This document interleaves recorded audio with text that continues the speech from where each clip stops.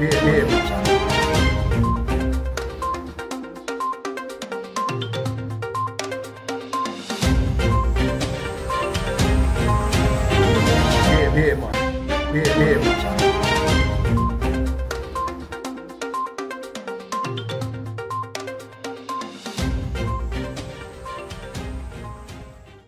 amis, il y a une insuffisance que nous devons combler désormais au niveau de la mouvance.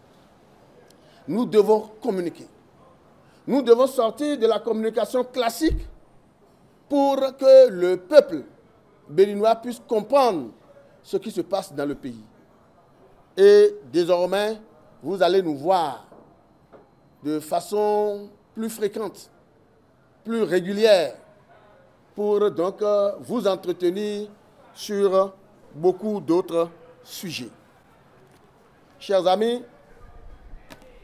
on parle de réforme, un nouvel engagement, repenser autrement, réorganiser, nous réorganiser, planifier, tellement qu'il y a des expressions synonymes à ce seul mot, réforme.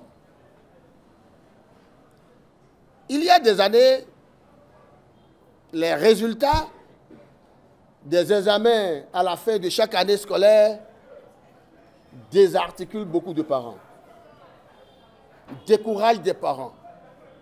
Et on se réfugie derrière souvent les grèves. Il y a un bon moment où vous constatez que malgré le coût raisonnable de l'enseignement dans nos écoles publiques, dans les primaires, dans les secondaires, même dans les supérieurs, on constate que le monde quitte les publics pour aller vers les privés malgré la cherté. Parce que les privés ne faisaient pas grève, par exemple. Pendant que le président Talon était en train donc de repenser la question des grèves, on trouve que nous sommes en train de violer la loi. On trouve qu'on veut priver les gens de leur liberté, en oubliant que ta liberté s'arrête là où celle de l'autre commence. Et puis, en son temps, ça a agité beaucoup de monde. Mais aujourd'hui, les résultats sont là. Plus de 50% de réussite au baccalauréat, par exemple. Chers amis, il y a plus de joie à la fin de cette année qu'antérieurement. Cela n'est pas un fait de hasard. Ce n'est pas tombé du ciel. C'est la suite logique d'une série de réformes qui est engagée par le pouvoir en place. Et ça, il faut le reconnaître et il faut le dire. Ne pas le dire serait un péché. Et derrière ça, l'État trouve que bon, nous sommes en train de réussir. Pourquoi ne pas parfaire ces réformes? Et pour parfaire ces réformes, il faut évaluer ceux-là qui donnent, qui enseignent, qui donnent l'enseignement. À l'heure où nous vous parlons, chers amis, pendant que nous donnons ce point de presse, est en train d'être lancée la phase pilote de H.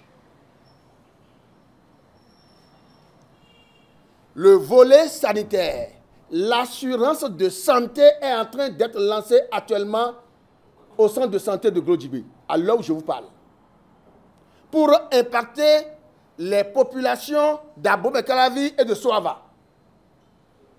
Voilà donc les communes qui ont été retenues pour servir de communes pilotes par rapport au projet d'assurance maladie. Mais cette assurance maladie concerne quelle couche? Ça concerne les agriculteurs ou pêcheurs, ça concerne les commerçants, ça concerne les artisans et les artistes. Et ça, c'est le grand monde de notre population. Le projet H, maintenant qu'on est en train de lancer le volet assurance de santé, a encore les microcrédits qui seront lancés. Et le projet de microcrédit a été déjà lancé dans le Nord, où vous avez les microcrédits mobiles. qui supprime les interventions ou les intermédiaires pour aller directement donc, de l'agence nationale qui est appuyée par l'agence départementale et de l'agence départementale vers la population directement. Ce n'est pas les autres fois où on vous alloue 10 milliards pour passer aux bonnes dames et que déjà on vous dit à 75%, vous avez déjà un bon résultat, donc les 25% qui restent là constituent perte et profit. Alors pour éviter que des individus volent allègrement l'État, il faut sauter quelques verrous. Et c'est ce qui est en cours aujourd'hui où l'État a créé des agences à chaque niveau. Les agences, il en a eu aussi au niveau donc, du PAG. Je venais de vous distribuer quelques supports. Ce n'est pas de la fiction, ce n'est pas de l'imaginaire, ce n'est pas des dessins, des choses qui se réalisent déjà au Bénin ici. Mais malheureusement, nous ne réussissons pas à informer le peuple suffisamment. Et ça, c'est le rôle des politiques normalement. Nous qui soutenons l'action du gouvernement, les forces politiques qui soutiennent l'action du gouvernement, les différents groupes qui soutiennent l'action du gouvernement, il leur revient de communiquer avec leur base et de dire à cette base ce que fait concrètement le système. Vous voyez des démolitions pêle-mêle, sans savoir à quoi ça va servir. Vous voyez, on est en train de démolir, sinon, si ce n'est pas encore fini, le ministère de l'Intérieur ici. À quoi ça va servir? Personne ne le sait. On ne communique pas assez. Le Conseil des ministres avait retenu, la fois dernière, la cité portuaire, où sera érigée une statue de 30 mètres de hauteur, dite Amazon. On nous a dit ici que l'État a récupéré l'ancienne résidence du feu président général Mathieu Kérékou. À quoi ça va servir? Honnêtement, entre nous, de vous à moi, à quoi ça sert aujourd'hui ces quelques hectares-là? À rien, sinon aux chauves-souris. L'État a dit, au lieu que nous laissons ce domaine qui ne sert aujourd'hui à rien, sinon qu'au siège des chauves-souris, que nous allons en faire un jardin dénommé Mathieu. Ça veut dire quoi? Tout au moins, on a immortalisé le nom de l'homme. Et ce jardin, c'est quoi? C'est de jardin, de jeux, de distraction, de fêtes. Vous voyez un peu l'attraction que ça va créer? Tout le ministère, l'actuel ministère des Transports sera rasé. Jusque vers la station, pour en faire la cité portuaire. Et ce que je vous dis, d'ici octobre, cette construction démarre. D'ici octobre. Le financement est bouclé. Là où il y a l'ancien SBEM, tout ça là, ce sera rasé. Il faut communiquer pour que les gens comprennent. Il y a la cité ministérielle qui va prendre l'ancienne Square du Sud, qui va prendre le domaine de l'ancienne ambassade des États-Unis, qui est en face donc de l'hôpital Kangezo, qui est là, mais qui ne sert à rien. Il faut en faire une cité ministérielle. Vous avez sur les mêmes supports, vous avez désormais les préfectures, les cités administratives de nos départements, qui commencent en octobre. Et la semaine prochaine, pour ne pas vous dire le 5, on doit pouvoir relancer la construction du fort français qui tourne autour de 3 milliards et qui doit prévoir même des paillotes synthétiques sur la route de l'esclave. Il y a l'université de Ouida. Le chef de l'État a demandé, bien, il faut nous sortir une architecture pour la cité universitaire. On sort des R+4. Il dit, mais ce n'est pas possible.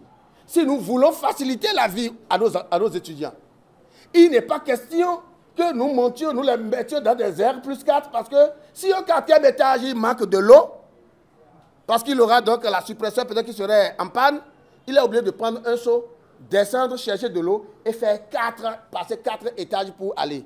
Ça, c'est lui rajouter ses peines. Trouvez-moi des R+1, R+2 au maximum. Cette université ouvrira ses portes le 1er janvier 2021. Donc on dit, on lance ces travaux en octobre, vous n'avez que 1 an pour livrer l'université et les cités. Mais si on ne communique pas, qui le saura? Allez à Wedo. D'ici la fin de l'année, d'ici le mois d'avril prochain, Wedo sera la petite Yamoussoukro du Bénin. Et quand vous voyez les allées, si c'était prévu, on vous aurait projeté la bande. Si vous voyez les allées, les bulles administratives, les aires de jeu, les aires de loisirs pour les enfants, si on vous projette ça pour les 10 000 logements pour Wedo exclusivement, je vous dis qu'aujourd'hui, vous allez courir pour aller acheter donc de terre à Wedo.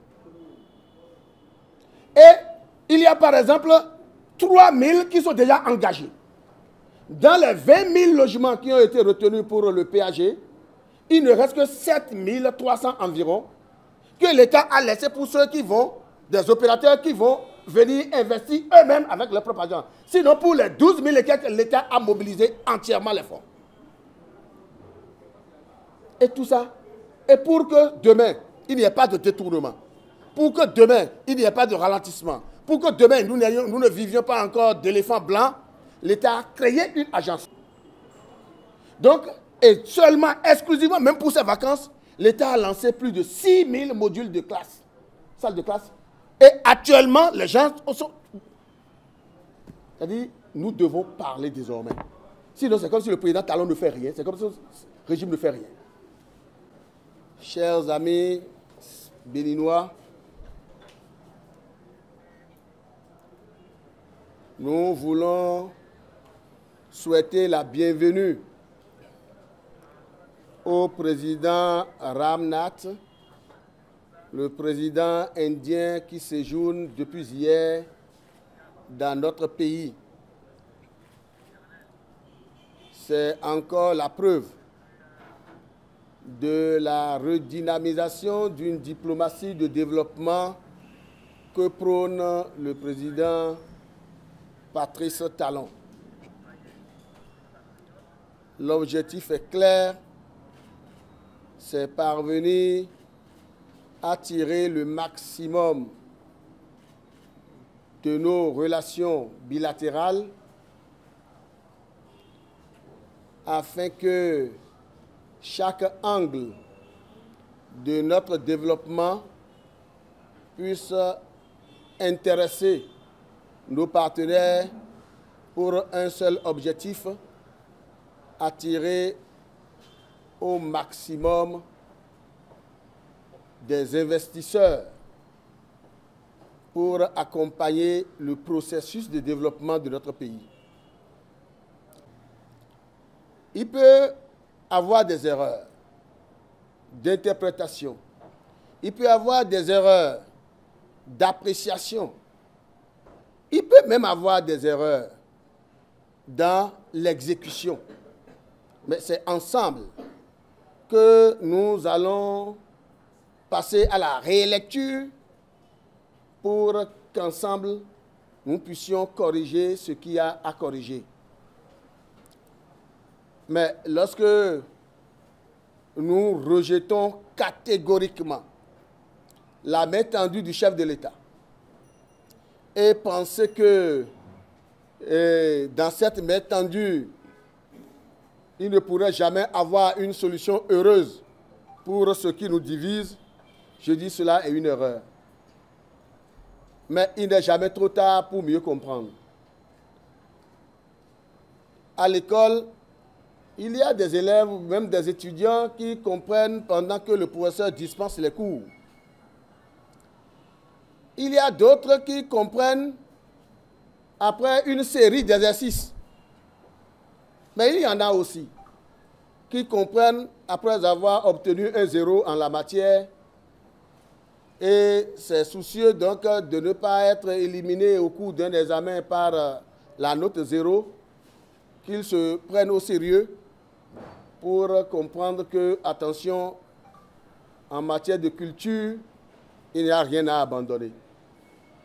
Je veux juste inviter nos frères qui n'ont pas la même vision que le régime en place, que le président Talon, de savoir qu'il y a un temps pour toutes choses et que c'est maintenant qu'il faut accepter la main tendue. Il faut aller vers le dialogue. Il faut écouter l'autre. Il faut participer. Il faut contribuer. Si après tout ce scénario, tout cet itinéraire, nous ne nous retrouvons pas toujours, nous pouvons tirer les conclusions qui s'imposent à nous.